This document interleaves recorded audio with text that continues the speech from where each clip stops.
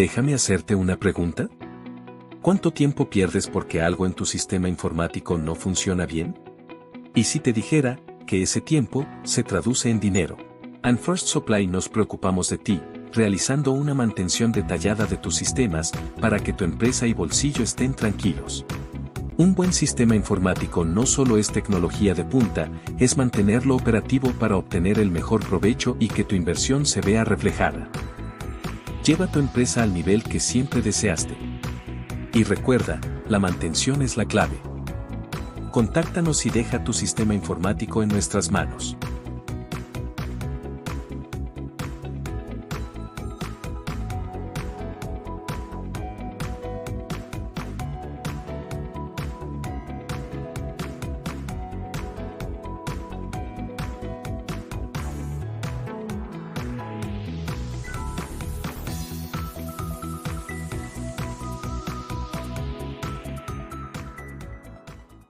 Hola.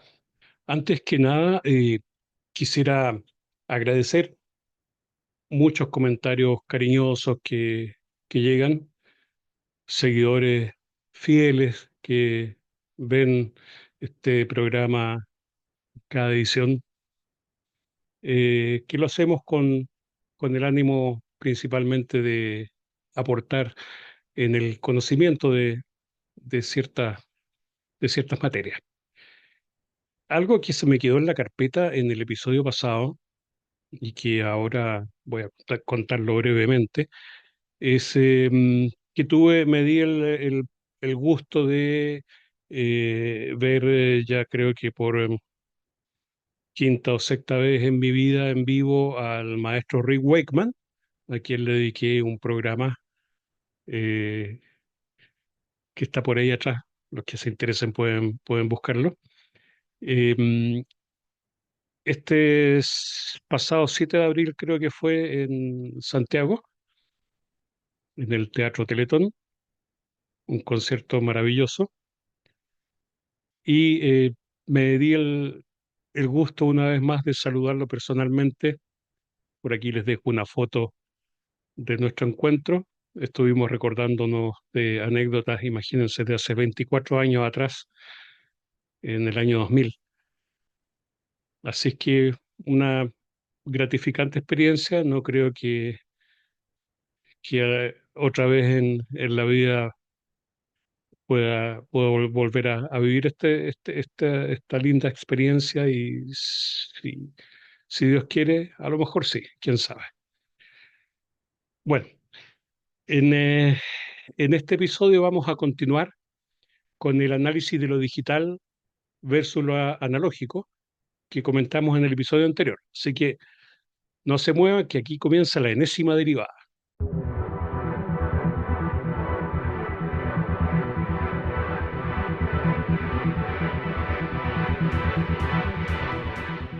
Uno de los campos, como les contaba la semana anterior, en el episodio anterior, en donde más disputas siempre hay acerca de qué es mejor, si lo analógico o lo digital, es efectivamente en el campo del sonido, en el campo de la grabación de música.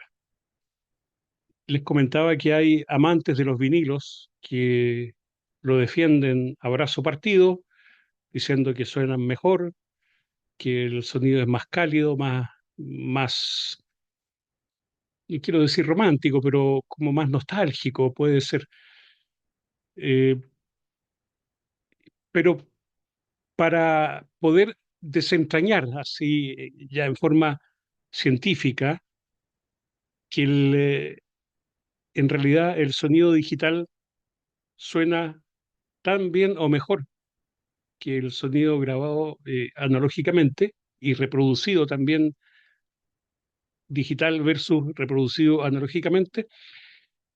Hay una elaboración matemática que es, pero no se asusten porque no voy a entrar en ninguna formulación, que es, sino que solamente lo voy a explicar, es el teorema de Nyquist-Shannon, también conocido como el teorema del muestreo, y que es un principio fundamental en el campo de la teoría de la información y el procesamiento de señales, fíjense.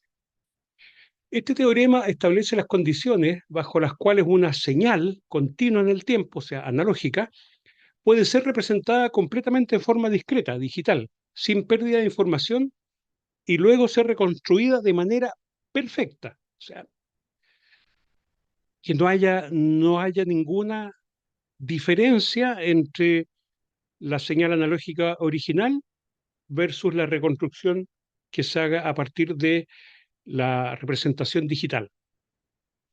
El teorema afirma que una señal continua que ha sido muestreada, recuérdense de lo que en el episodio anterior les expliqué al principio acerca de este gráfico de funciones gráficas cuya área bajo la curva gráfica podía ser representada, aquí voy a poner una imagen de eso, podía ser representada por un conjunto de rectángulos apilados uno al lado del otro y siguiendo más o menos la altura de la curva en cada coordenada, y podía ser representado por esta cantidad de figuras que son discretas, o sea, un rectángulo, otro rectángulo, hasta completar el área y a en una, digamos, en una anchura de esos rectángulos, tal que mientras menos ancho el rectángulo, más el patrón de rectángulos apilados uno al lado del otro va siguiendo, ¿no es cierto?, la forma de la curva, y como el área de un rectángulo es fácil de calcular, se suman finalmente todas las áreas de este conjunto de rectángulos para obtener un área aproximada de lo que es el área bajo la curva. Esta cantidad de rectángulos utilizados es lo que gráficamente yo puedo decirle lo que es el muestreo.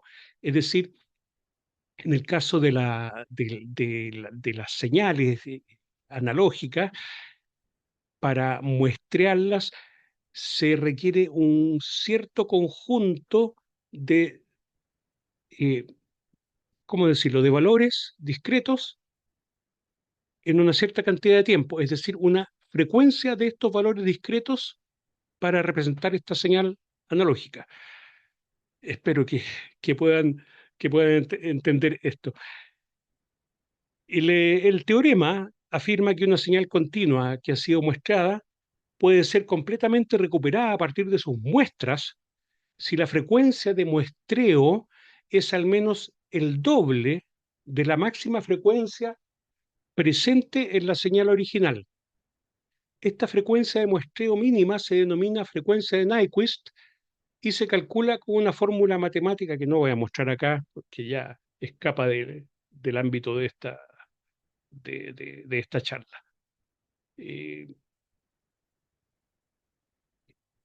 a ver, ¿cuáles son las implicancias que tiene este teorema? Primero, algo que se llama la prevención del aliasing. ¿Qué es esto? Si muestramos una señal por debajo de esta frecuencia de Nyquist, ocurre un fenómeno llamado aliasing, donde diferentes señales se superponen y se vuelven indistinguibles, causando distorsión en la señal reconstruida.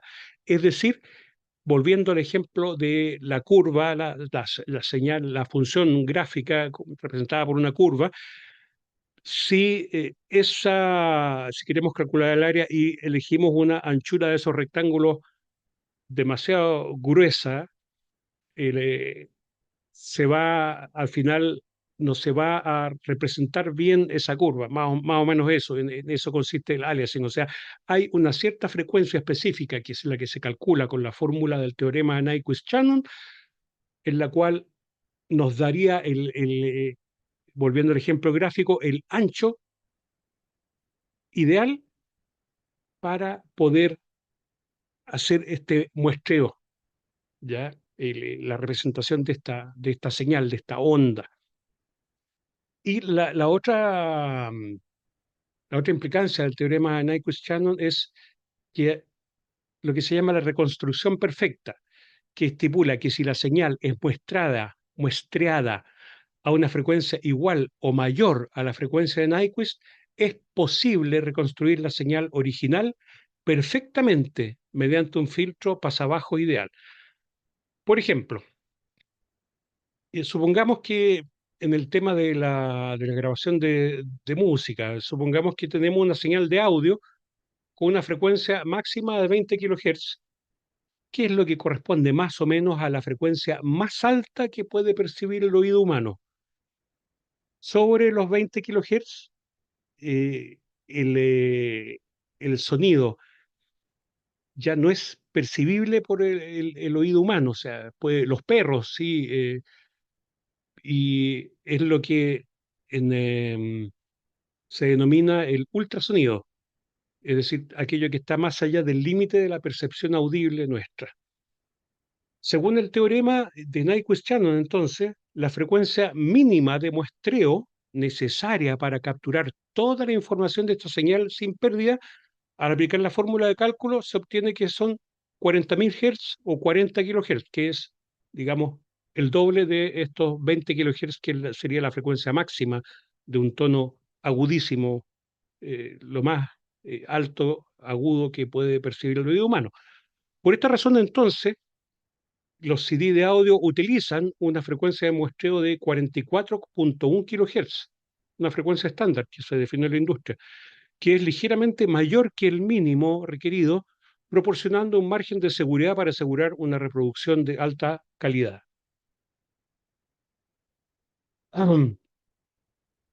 Si queremos entender mejor esto del teorema de Nyquist-Shannon, podemos entonces imaginar una señal sinusoidal simple, que ya la examinamos en el programa anterior, con una frecuencia máxima de 1 kHz.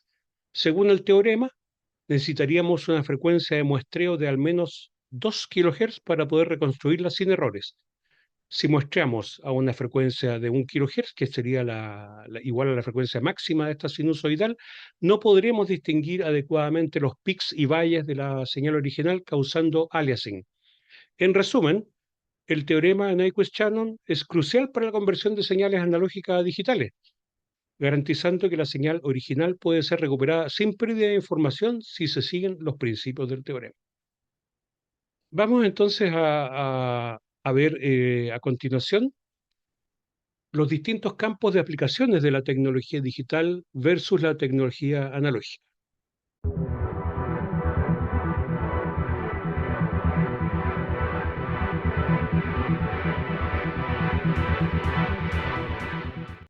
Vamos a hablar ahora acerca de las aplicaciones de la tecnología digital y de su impacto en la vida en sociedad. Mire, de todas maneras voy a advertir que con respecto a los siguientes temas hay muchas, la verdad, muchísimas opiniones e interpretaciones. Yo no voy a darle una interpretación valórica a mis comentarios de estos temas, solo intentaré exponer las circunstancias en que las soluciones tecnológicas pueden afectar positiva o negativamente a la sociedad y sus problemas a resolver, pero no voy a decir si eh, es bueno, es malo, estoy de acuerdo, no estoy en desacuerdo. Otros son o serán los encargados de poder hablar acerca de esto. Bueno, debo decir que soy un gran fan de la tecnología, pues pienso que los avances en esta materia han ayudado enormemente a la humanidad. Sin embargo, las interacciones entre los seres humanos son las que avanzan mucho más lentamente que la tecnología, que los desarrollos tecnológicos, y también muchas veces toman el camino equivocado. En primer lugar, examinemos el tema del voto electrónico. Hemos escuchado tantas cosas. ¿Es bueno? ¿Es malo? ¿Funciona? ¿Se presta para fraudes? No hay muy buenas experiencias en aquellas partes en donde se ha intentado implementar. ¿Por qué? Bueno, basta con decir que cualquier medio o mecanismo, sea este tecnológico o no, y que tenga la capacidad de ser intervenido o usado por personas, tiene inevitablemente la chance de ser usado mal intencionadamente.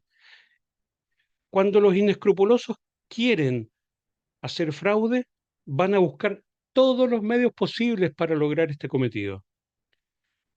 Como les decía, hemos sabido de muchos ingresos también no autorizados, lo que en jerga técnica se denomina hacking, o hackeo, como lo hemos castellanizado, a sistemas de bancos, sistemas militares, energéticos, periodísticos, etcétera, etcétera, etcétera. Se han hecho incluso muchas películas acerca de eso, cada cual de repente más fantasiosa que la otra. Muchas en verdad muy, pero muy fantasiosas. Lo que les quiero decir es que para poder penetrar los mecanismos de seguridad informática que se establecen en el perímetro y dentro de estos sistemas computacionales que deben asegurarse, securitizarse, para poder penetrar esas barreras se requiere de conocimientos técnicos y también una capacidad de programación muy avanzado. Es por eso que estas situaciones de hacking no ocurren demasiado frecuentemente, pero cuando ocurren son noticias a nivel mundial. Por lo mismo, lo que se requiere para poder hacer eso da realmente para noticias o para películas incluso. Por lo mismo, en el asunto del voto electrónico, mientras los sistemas que se usen para este proceso estén conectados a Internet y por lo tanto sean factibles de ser alcanzados e intervenidos por terceros, esto es equivalente a que los vocales de mesa que cuentan los votos de papel en una elección, ¿no es cierto?, no sean observados, o sea, no haya lo que se llama los apoderados, no estén ahí presentes mientras se cuenta esto, que estos vocales de mesa que quieren hacer fraude, si no son vigilados, van a hacer una rayita al voto con un lápiz que tienen oculto en la mano. O sea, es lo mismo, o sea, no tener medidas de seguridad para los sistemas informáticos críticos o delicados es realmente, como les decía, como poner a contar a los vocales los votos en papel y no vigilarlo. Para que, para que esto se entienda, por qué ocurren estas vulneraciones de los sistemas informáticos, eh, principalmente porque los protocolos de comunicación de Internet fueron inventados, imagínense, en la década de 1960, o sea, hace 60 años atrás, digamos. Y estos se definieron como estándares abiertos y no se pensó nunca que muchas décadas después esos protocolos serían adoptados para que todas las personas del mundo pudieran comunicarse.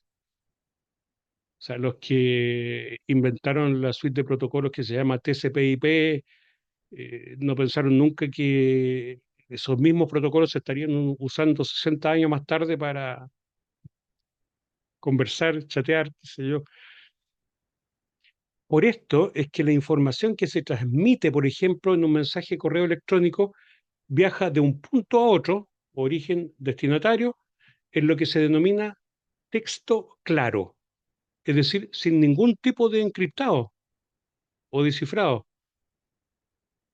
También cuando se envían archivos de datos de un punto a otro, esa comunicación va en texto claro, o sea, cualquiera que vea lo que está, pudiera ver lo que está pasando entre medio, sabe que desde el punto A al punto B se está enviando un archivo de datos. Y si se tiene las herramientas y los conocimientos para poder intervenir de eso, podemos descargar ese archivo de datos sin ser los destinatarios y podemos verlo porque el archivo de datos va a venir tal cual en su formato. Lo mismo ocurre con las comunicaciones de sonido o imagen. Todo esto es enviado en el formato natural de almacenamiento de esos archivos de datos. O sea, el protocolo de comunicación digital es inocuo, es decir, no produce ninguna modificación al contenido que se está enviando gracias a ellos. Entonces, si el medio, ya sea cable, aire, fibra óptica, qué sé yo, si el medio por el cual se envían esos mensajes es pinchado, ¿no es cierto?, por un tercero, ese tercero va a tener acceso sin problema a la información contenida en esos mensajes. Ojo que esto también sucede con los medios analógicos. No es que los medios digitales sean el problema, es decir, si queremos enviar un correo a alguien por medios analógicos, lo que se me ocurre, digamos, es que se me viene a la cabeza es escribir el mensaje en papel, meterlo en un sobre, cerrarlo y ir a la oficina de correo para que se lo envíen al destinatario, digamos. Cualquiera, desde la persona que me recibe ese sobre en el mesón de la oficina de correo, que no sé si existen todavía, hasta aquel que lo va a meter en un saco y que lo va a llevar al camión o camioneta o avión o lo que sea, para llevarlo al lugar de destino y después quien haga la distribución y el cartero que entregue la carta, si cualquier persona entre medio abre el sobre antes de que llegue al destinatario, va a poder leer el mensaje. O sea, el equivalente de enviar entonces un correo electrónico del punto A al punto B es el equivalente que les decía de escribir mensaje en papel, meterlo en un sobre y mandarlo por correo. Así de vulnerable es. Entonces, ¿qué es lo que debemos hacer para evitar la intervención en el voto electrónico? Bueno, se me ocurre de partida eh, varias opciones, pero en realidad la respuesta es súper amplia, pero esencialmente hay que hacer lo mismo que se debe hacer para evitar la manipulación de estos votos de papel, es decir, poner la mayor cantidad de obstáculos posibles y vigilar. Desde el punto de vista técnico, implementar el voto electrónico este, podría ser a través de, no sé, máquinas, aparatos que no estén ni física ni lógicamente conectados a algo. Es decir, imagínense, no sé, un aparato tipo cajero automático, pero no tiene ningún tipo de salida absolutamente blindado, cerrado, que no puede ser intervenido y que no tiene conexión hacia nada. Estas cajas aisladas solo están hechas para recibir las votaciones que se hagan en ellas. Y estas votaciones van quedando registradas en un medio de almacenamiento interno. Al final del proceso de votaciones, las cajas se recogen, se trasladan con toda la vigilancia y seguridad posible al lugar en donde se realiza el escrutinio. Llegando al lugar, entonces, se procede a abrir estas cajas porque evidentemente esta autoridad tiene la llave o la forma de abrirlas. Se recolecta la información grabada en estos medios de almacenamiento electrónico y con eso se puede obtener los votos recibidos por esa caja y la otra y la otra y la otra. Ahora imagínense la cantidad la cantidad de estas cajas electrónicas que deberían transportarse a este lugar central donde se hace el escrutinio. Un tantito complicado desde el punto de vista logístico, ¿cierto? La otra opción obvia es,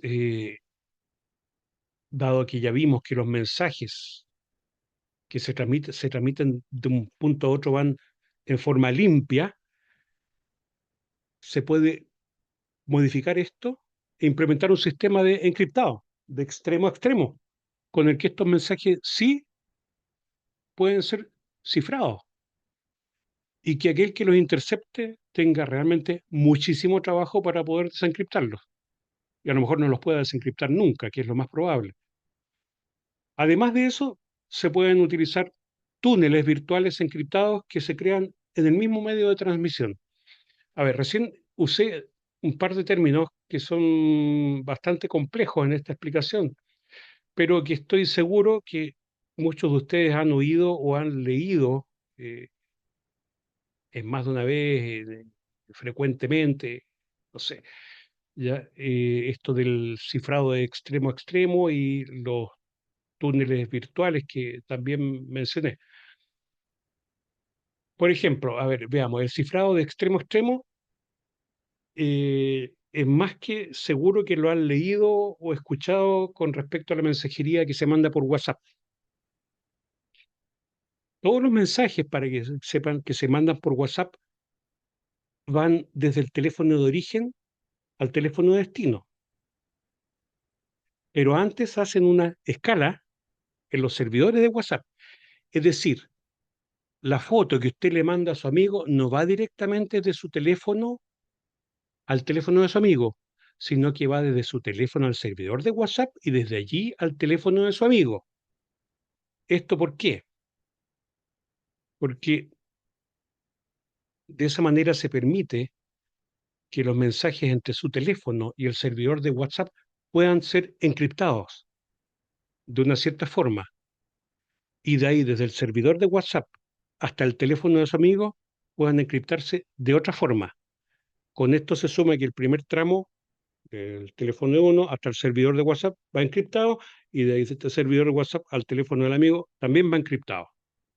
Como resultado, ese mensaje con la foto que usted le envió a su amigo no podrá ser vista por ningún pelafustán que pueda pinchar la comunicación en ninguna parte del trayecto físico del tren de datos con que esté formado este mensaje. Y eso porque este individuo no va a disponer de las claves de encriptación para poder abrir esos mensajes. La, la, los algoritmos de encriptación de datos en la tecnología digital son total y absolutamente seguros. ¿Esto por qué? Porque la criptografía es una ciencia que tiene un desarrollo súper maduro y de muchos, muchos años de desarrollo. Y por lo tanto, las técnicas usadas para la encriptación de datos digitales le aseguran a usted que la desencriptación de ellos por alguien que no dispone de las claves de encriptación usadas va a ser prácticamente imposible. Me atrevo a dejar no sé, una millonésima de decimal por allá de probabilidad de que alguien pudiera desencriptarlo, para no ser así tan absoluto. Bueno, el otro término que usé fue el de túnel virtual. Seguramente muchos de ustedes han escuchado el término VPN y de lo bueno o provechoso que resulta usar alguna técnica de VPN para navegar por Internet y de esa forma poder ocultar la identidad. Bueno, VPN es el acrónimo de Virtual Private Network o red privada virtual. Y como el nombre lo indica, es una técnica que consiste en que entre los dos extremos de una comunicación punto a punto, el extremo A y el extremo B, el origen, el destinatario, se genera un verdadero cable o túnel virtual que solo ellos, cada extremo, entienden, puesto que dicho túnel se configura con algoritmos duros de encriptado y que son realmente impenetrables. Muchos, lo más probable es que se van a acordar de esas películas en que para poder interceptar una línea telefónica, películas antiguas, conectaban físicamente un par de pinzas, digamos, así como un perro para colgar la ropa, ¿no es cierto?, en el cable, y con esto desviaban la conversación hacia un tercer aparato telefónico que situaban al medio. Bueno, cuando uno arma una VPN de punto a punto, es como si uno pusiera sobre este cable, ¿no es cierto?, telefónico, un recubrimiento aislante, robusto, impenetrable en ese cable, de tal forma que fuera absolutamente imposible instalar estos clips. Por más que los instalara, no captarían nada. Entonces, imagínense cómo es de impenetrable una comunicación que por un lado está encriptada de extremo a extremo y que por otro lado viaje por una VPN, es decir, por este túnel virtual que ya de por sí, el túnel virtual ya está encriptado y que más encima lo que va por adentro va encriptado, o sea, eso no te lo abre en el viejo pascuero. Como corolario de esto, una historia reciente, que conocí a una persona de Argentina que trabaja en una gobernación de una provincia del país vecino, ¿ya? Y me contaba que por norma, todas las llamadas telefónicas que hacen en el trabajo las debe hacer por WhatsApp, pues su superioridad le había dado esa instrucción. Y la verdad que yo me alegré de que gente, haya gente que tenga sentido común, puesto que aparte de que las llamadas por WhatsApp tienen una calidad de audio muy superior a las que se hacen por las líneas telefónicas convencionales, ya sabemos entonces como que todas las comunicaciones que van por esa plataforma, WhatsApp, viajan encriptadas de extremo a extremo. Así se aseguran que nadie pueda interceptar esas llamadas. Otro punto que comentar, que sé que también a muchos todavía les inquieta, es que, ¿qué pasa cuando ingreso a la página de mi banco? O cuando hago una compra por Amazon o cualquier sitio, o entro a cualquier sitio que haya que pagar por WebPay, ¿no es cierto? Donde vamos a meter nuestra tarjeta de crédito, de débito, y vamos a posteriormente ingresar una clave para poder autorizar esa compra. Nos decíamos que la información viajaba en claro, en texto limpio, y ahí no estamos entrando por WhatsApp, ni estamos entrando a través de una VPN. ¿Qué pasa entonces ahí? Bueno, los tranquilizo diciéndoles que todo sitio seguro, como el de un banco o el de un comercio electrónico o el de WebPay, presentan sus sitios, los ponen a disposición a través de un protocolo de comunicaciones que ya es seguro, que es basado en algo que se llama SSL, que implementa un encriptado basado en algo que se llama certificados de confianza. Cada vez entonces que usted vea en la línea de dirección, en la barra de su navegador, que esa dirección comience con HTTPS, dos puntos, significa que esa comunicación es totalmente segura. Veamos ahora aquellas instancias en las que se teme que los avances tecnológicos afecten la libertad individual de las personas.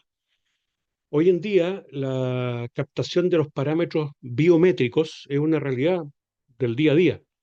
Cada vez que vamos, por ejemplo, a una consulta médica y compramos el bono para pagarla, ponemos nuestro índice en el lector de huellas, que es una variable, un parámetro biométrico nuestro. Lo mismo sucede también en las ventanillas del banco cuando vamos a cobrar un cheque. Cuando viajamos al extranjero en avión, desde luego pasamos por el aeropuerto, por Policía Internacional, nos hacen ponernos frente a una camarita.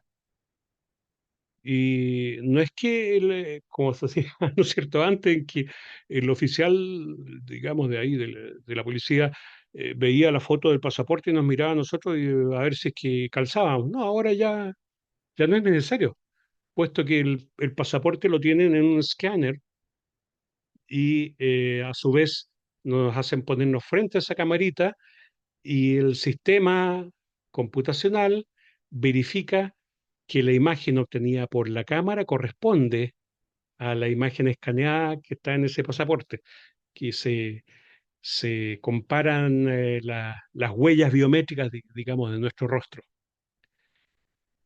Incluso cuando llegamos a otro país pasa lo mismo, y en Estados Unidos, cuando ingresamos allá por inmigración, nos hacen poner no un dedito, sino que todos los dedos de la mano y de la otra mano en un lector de huellas. Si extrapolamos esto, vemos que también hay una especie de psicosis más o menos generalizada por las cámaras con la tecnología de reconocimiento facial. Y algunos temen que esto lleve a un control social, como dicen que sucede en China, país en donde tendrían a los 1.410 millones de chinos con sus caras escaneadas y almacenadas en una base de datos, de tal forma que por el solo hecho de caminar por la calle, ya las autoridades tendrían el control de posicionamiento de cada uno de los individuos del país. En la otra cara de la moneda, pensamos que un control con reconocimiento facial al ingresar a sitios como con afluencia masiva de público podría ser bastante apropiado. Por ejemplo, prevenir el ingreso de pedófilos a Fantasilandia, o de delincuentes al estadio, o de todo tipo de criminales a shows masivos. Imagínense cómo no considerar que es útil el reconocimiento facial para prevenir que individuos con prontuario como terroristas se suban a un avión, o que pirómanos ingresen al cuerpo de bomberos, ¿no es cierto? Obviamente, detrás de la tecnología de reconocimiento facial deben existir las bases de datos que permitan a los sistemas computacionales reconocer fidedignamente a este tipo de individuos que ya cuentan con prontuario criminal o que han sido condenados por el tipo de delitos mencionados. De todas formas, el control totalitario de los individuos ciudadanos de un país, visto que históricamente hemos visto que esto históricamente se ha hecho en distintas partes del mundo, con o sin tecnología de reconocimiento facial. Y claro, que una herramienta tan poderosa como la mencionada sí puede ser usada para un control totalitario, es verdad. Pero también así como un arma de fuego en las manos equivocadas puede provocar mucho daño, no porque el arma sea intrínsecamente mala o dañina. Muy relacionado con esto y ya en un escalón más avanzado, está el tema de la tecnología que se usará en la confección de los nuevos documentos de identidad de los chilenos, lo que contemplarían los que contemplarían una serie de elementos de reconocimiento biométrico, incluyendo el reconocimiento del iris de los ojos, ¿cierto? De nuevo, han surgido voces poniendo el grito en el cielo ante esto, diciendo que esta tecnología sería un paso más hacia el control totalitario de la población, que puede ser, pero también podría estar la posibilidad de captar rápida y eficientemente a aquellos que han ingresado clandestinamente y ilegalmente al país y que por lo tanto no tienen identificación posible ni como ciudadanos, ni como extranjeros residentes o como turistas. Y sí, bueno, son inmigrantes ilegales, porque han ingresado de forma ilegal, y no irregular, sino que ilegal, incumpliendo la ley. Y cuando te dicen, que yo me río mucho, porque dicen, no, si es que emigrar es un derecho. Sí, claro, es verdad. Pero resulta que lo es un derecho, es emigrar desde un país. Eso es un derecho, emigrar. Pero inmigrar hacia un país no lo es. No tiene por qué serlo. Bueno, voy a culminar este análisis técnico con una breve disquisición acerca de lo que es realmente importante en cuanto a la adopción de las tecnologías digitales para propósitos relacionados con la democracia y la seguridad. Y esto que realmente es importante guarda relación con algo llamado la protección de los datos personales. ¿Y por qué digo que esto es lo realmente importante? Comenté anteriormente que son las interacciones humanas. Las interacciones entre los seres humanos son las que avanzan muy lentamente o toman el camino equivocado muchas veces. Pues bien, si dichas interacciones, al ser apoyadas con medios tecnológicos digitales, son debidamente reguladas, ya el panorama no es tan sombrío y esta imagen de la distopia, ¿no es cierto?, y del totalitarismo se comienza a diluir un poco. Esto ya está, hay bastante avanzado y ya está reglamentado, fíjense, en lo que se llama la protección de los datos personales en partes importantes del mundo.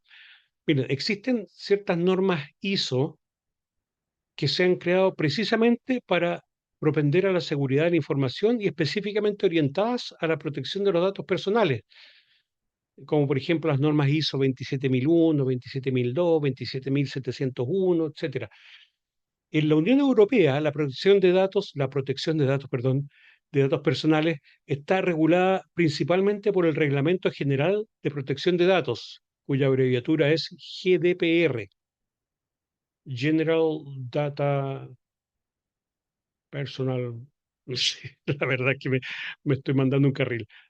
Ya no sé si esto está en francés, en inglés, esa sigla, pero es GDPR, que entró en vigor el 25 de mayo de 2018, o sea, ahora recién, hace muy pocos años. Aunque el GDPR no es una norma ISO, hay una fuerte alineación entre los principios del GDPR y las normas ISO mencionadas antes. Las, los principios fundamentales del GDPR son, por un lado, algo que se llama licitud, lealtad y transparencia, que quiere decir que los datos personales deben ser tratados de manera lícita, real y transparente. Está lo que se llama la limitación de la finalidad, es decir, que los datos deben ser recogidos con fines explícitos y legítimos y no ser tratados de manera incompatible con estos fines. Está la minimización de datos, que quiere decir que los datos personales deben ser adecuados, pertinentes y limitados a lo necesario en relación con los fines para los que son tratados. Está la exactitud, es decir, los datos personales deben ser exactos y cuando sea necesario, actualizados. También está la limitación del plazo de conservación, es decir, que los datos no deben conservarse por más tiempo que el requerido. Y está algo que es fundamental, que es la integridad y confidencialidad, que implica que los datos deben ser tratados de forma que se garantice una seguridad adecuada. Los requisitos para implementar el GDPR son, por un lado, el consentimiento, es decir, que las organizaciones deben obtener el consentimiento claro y explícito de los individuos para tratar sus datos personales. Están también los derechos de los sujetos de datos, es decir, los individuos tienen derechos como el acceso, rectificación, borrado, restricción del tratamiento, portabilidad de datos y objeción. Están las evaluaciones de impacto de protección de datos, que es obligatoria para tratamientos de datos que puedan implicar un alto riesgo para los derechos y libertades de los individuos.